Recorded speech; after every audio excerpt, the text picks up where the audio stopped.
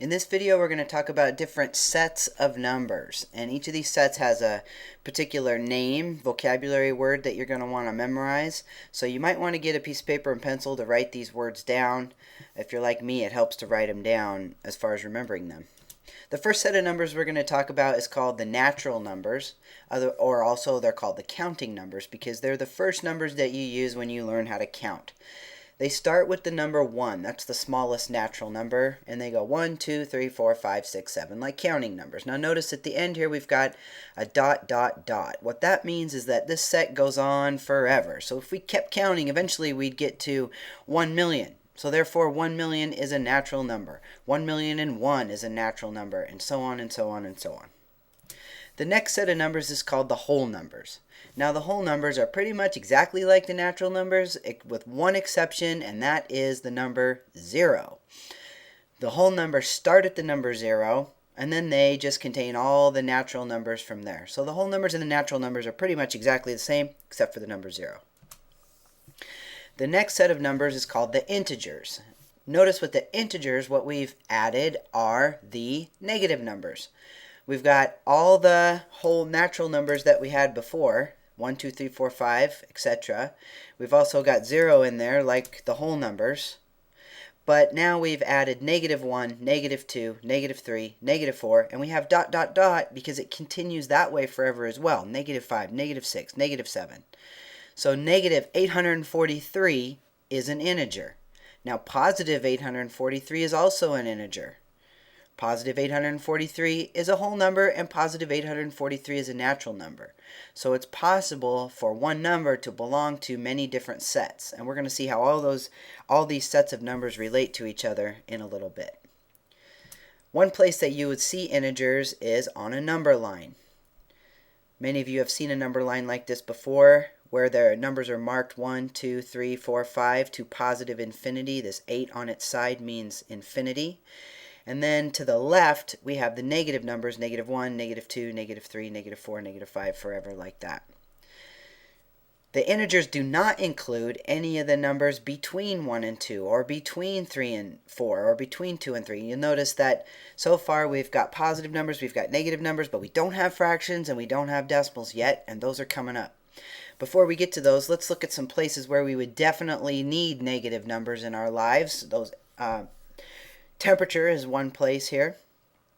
Unfortunately, I'm not a big fan of negative temperatures, but we need negative numbers to express negative temperatures.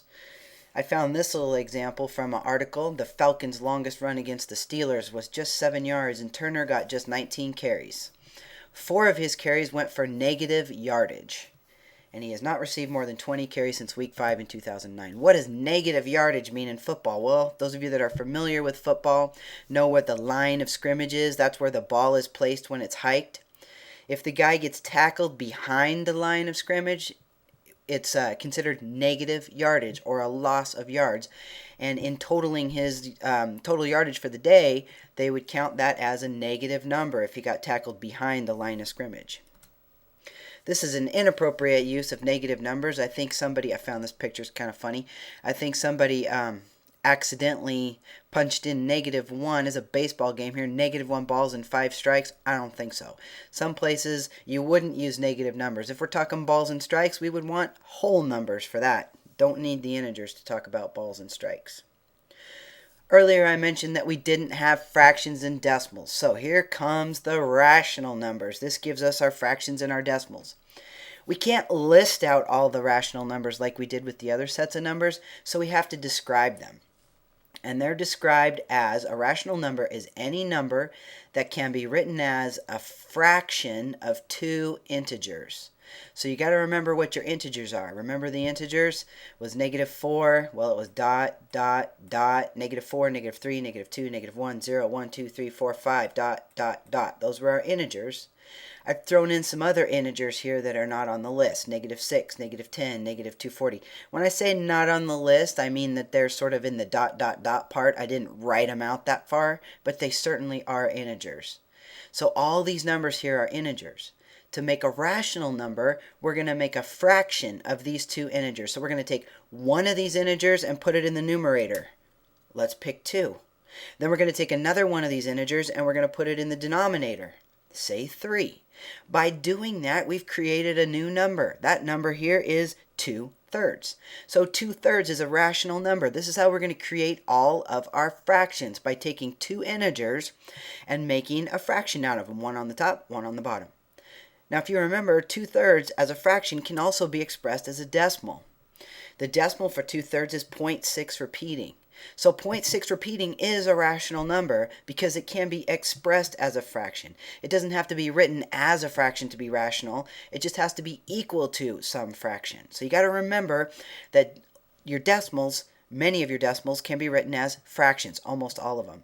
As a matter of fact, if that decimal repeats like this, 0.6 repeating, 0.6 ... that bar right there means that this bar right there means that 6 goes on forever. So this is the same as 0. I can't write very well with this. 6, 6, 6, 6. That's terrible. ... forever. You get the idea. Let's try another one. Let's make another rational number. I'm going to pick a negative number for the numerator and 5 for the denominator. -1/5. That's the same as -1/5. And the decimal for that is 0.2. So here's another example of a rational number. With these two examples, we see the two different kind of decimals we can have to make a rational number. We can either have a decimal that stops, like 0.2, and it's done, or a decimal that repeats, 0.6666666. If the decimal stops or repeats, then you're going to be able to write it as a fraction of two integers, and therefore it will be rational. Let's look at another example. What if the top number is bigger than the bottom number, 40/3? Well, we know that is an improper fraction. Improper fractions can be written as mixed numbers. So those mixed numbers are also rational. We could also write the decimal form of that mixed number, which is 13.3 bar. All these different ways to write 40/3 are all rational numbers because they are equivalent to 40/3, which is a fraction of two integers. Let's look at another example, -10/4. This fraction can be reduced to -5/2. So therefore it is a rational number. -2.5 is the mixed number for that improper fraction, and as a decimal, -2.5. So all these four different ways are just ways to express the same amount, which is an amount that can be written as a fraction of two integers, -10/4 or -5/2. Therefore, all these are rational numbers. Let's do one last example, 826/1. What's 826 divided by 1? Hopefully you said 826. Now if you remember, 826 was a natural number, and also a whole number, and also an integer. So all those natural numbers, whole numbers, and integers, you could write them as that number over 1, and therefore they are all rational. And we're going to see how they all relate to each other coming up. Here's some examples of where you might see rational numbers in your real life. This is the stock market. Even though this is expressed as a decimal, all these are expressed as decimals, 30.96. That's the same as 30 and 96/100ths. So therefore it can be written as a fraction, and therefore it is a rational number. You've got positive rational numbers and negative rational numbers. This day the NASDAQ was down. That's why you usually see it in red. Rational numbers. Other places you see rational numbers. Tape measures have all these fractions. Those are rational numbers, fractions. We've got measuring liquids, weight, measuring weight. Things are not always exactly a pound. You're going to have fractions or decimals in there. We need those rational numbers.